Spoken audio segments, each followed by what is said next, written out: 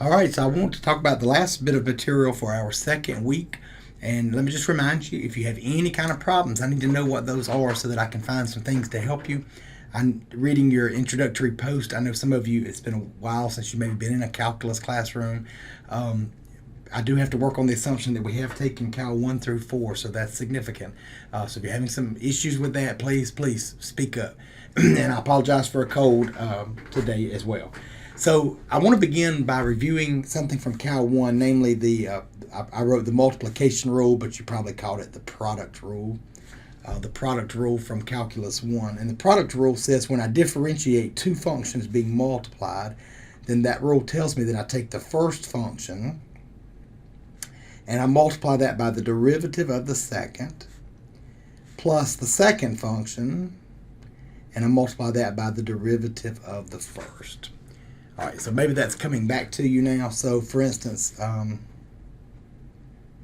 if I have the derivative of x sine x, then that is equal to the first, which in this case I'm calling x the first function and sine x the second function.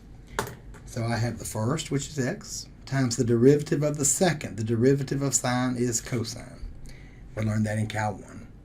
Plus the second function times the derivative of the first, and the derivative of x is just a 1. So that problem, the derivative of that problem rather looks just like this. All right, here's the trick that I'm going to pull today. I'm going to have something of this nature, and I'm going to integrate both sides of that equation. So if I integrate, I actually get back to what I started with. So that becomes important to me. So for a minute, our problems that we get are going to look like something horrible, but don't let that bother you. We're going to make use of this idea. When I integrate a derivative, it gives me whatever I had to begin with. Okay? So today, I'm solving what are known as linear differential equations. I don't think I used that word on here. Linear is a handy method to solve, and linear equations sort of kind of fit this form. So last week we discussed linear differential equations, and to be linear, my dependent variable, in this case y, can't have anything going on with it, right? It has to be just a y to the first, and the same thing true with the derivatives. They have to be to the first power, no other crazy functions or anything going on with those. Don't let this p of x and q of x business bother you.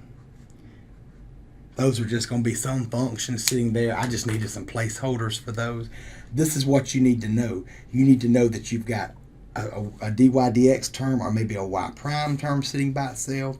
You've got some something times a y term equal to some something else. Okay, that's the form that I want to have to use this method for solving.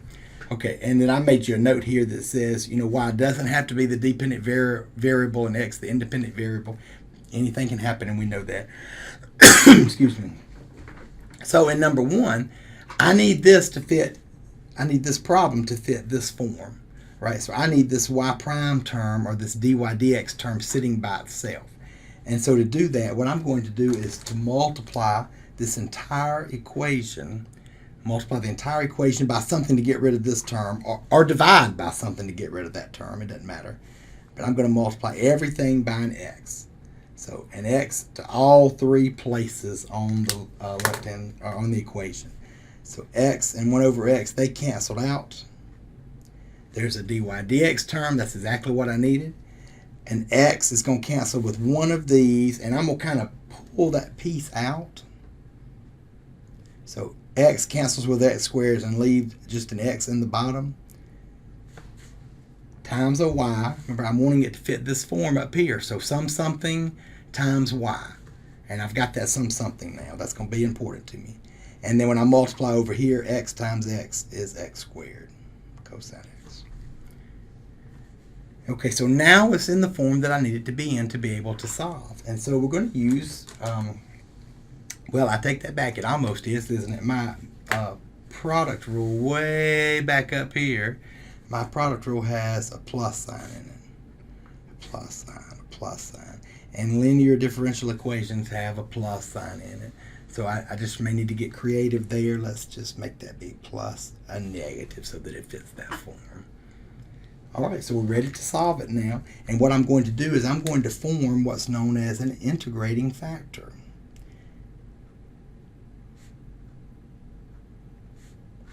And again, don't let this bother you.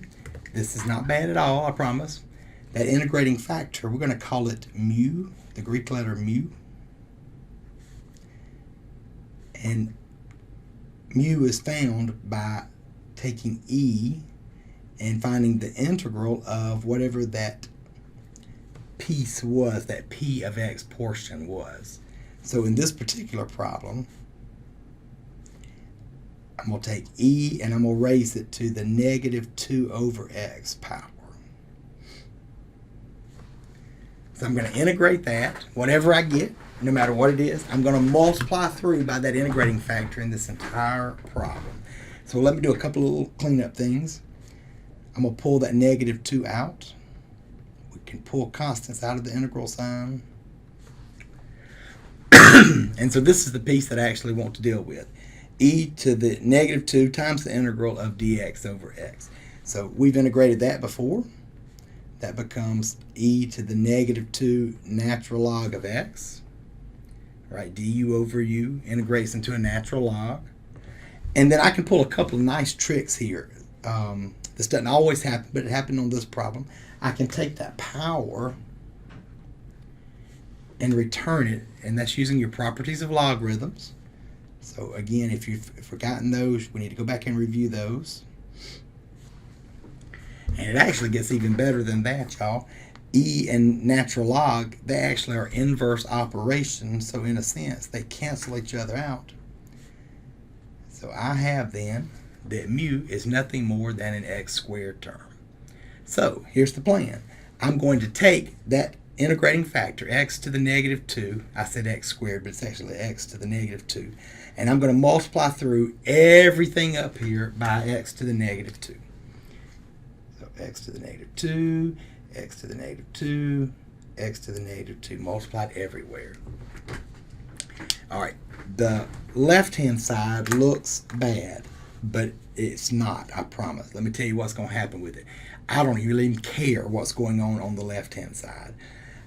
I'm going to use this idea that I'm purposely expanding something out that integrates into something really nice, going the other direction with it. So it happens in this problem that this is always going to, I can rewrite it as the derivative of some product, and that product is going to be whatever my integrating factor is, and then times y. All right, if you don't believe me, that's fine. Go through the arithmetic. Take the derivative of this using the product rule, and you should get this side. Okay, first derivative of the second, the derivative of y, plus the second, which was y, and then all of this will simplify to the derivative of the first. It works like that every single time. And y'all, it gets even better than that. On the right-hand side, x squared and x to the negative 2, they cancel each other out. So what I'm left with is just the cosine of x. So it's a nice trick to be able to pull. And now what I'm going to do is to integrate both sides. If I integrate a derivative, again, those are inverse operations. They just cancel each other out. And the integral of cosine is sine. Some of you are thinking that should be negative sine, and if you are, you're thinking about derivatives, not integrals. All right, so this is not a bad problem at all to solve in terms of y. In fact, I can multiply through by an x squared. You can divide through by an x to the negative 2. I don't care what you do, but x squared is going to, these two are going to go away, so I'm left with just a y, and x squared sine x, and a c times x squared. And that's my solution to that differential equation. Again, y'all, if I differentiate all of this, I should be able to use it as a solution to this problem. You can take the derivative and plug in the original function and verify that indeed it's a solution to that problem. So let's look at another one, the second one on that same page. So I've got a dydx term sitting by itself. What I don't have is y term sitting over there. So let me move this entire term, excuse me, to the other side. And this is going to be dy dx is equal to, I'm sorry, not equal to, minus y over x equal to 2x plus 1. So I'm going to pull the same sort of game. I'm going to rewrite that so that it has a plus sign. And I'm going to kind of separate out the y term from what's left. Okay, so same sort of idea. I want to find an integrating factor for this piece. And so e to the integral of negative 1 over x. And again, I think that's exactly like the previous problem. That's going to integrate into e to the negative natural log x, which is e to the natural log of x to the negative 1 using my properties of logarithms. And then finally, the e and the natural log cancel out. So what I'm going to use in this problem is an e to the negative 1 power. I'm going to multiply everything in here by e to the negative 1. So I take this entire equation and multiply through by, I said e, didn't I? X to the negative 1, sorry. And one more time, y'all, I don't even care what it looks like over here on the left-hand side. I can always rewrite the left as an x to the negative 1 times a y and the derivative of that. Let's just kind of check that real quick. Differentiate using the product rule. The product rule says the first, and there it'll be, times the derivative of the second, which is dy dx, plus the second, which is y, times the derivative of the first, and you may not can see this, but if I multiply these two things back, then that'll give me the negative x to the negative 2 power that I'm needing. So it always works out. And then everything on the other side by a negative 1, so you have a 2x times x to the negative 1 is just a 2, and you have a 1 times x to the negative 1 is just an x to the negative 1 power. So again, the reason I want to do all of that is because now I can integrate both sides. Integral and a differential, they cancel each other out. And if I integrate all of this with respect to x,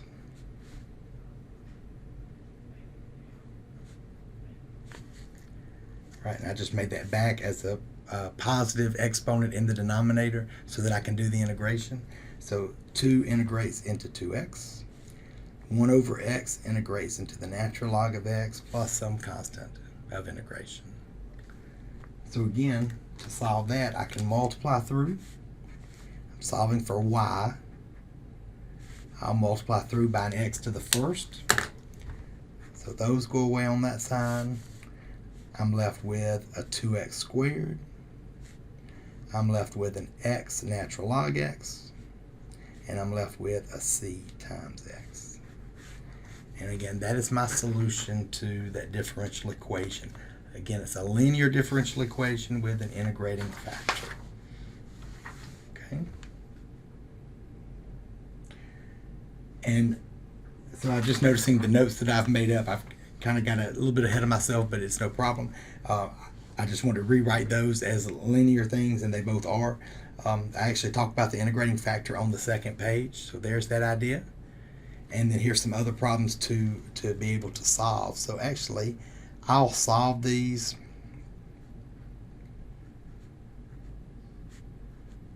Let me do one other example, and then I'll leave number 2. I'll leave several of these for you to work for homework. But that's the idea of the integrating factor. So I'll work out these two and post all those solutions on Canvas. As always, let me know if you have any questions.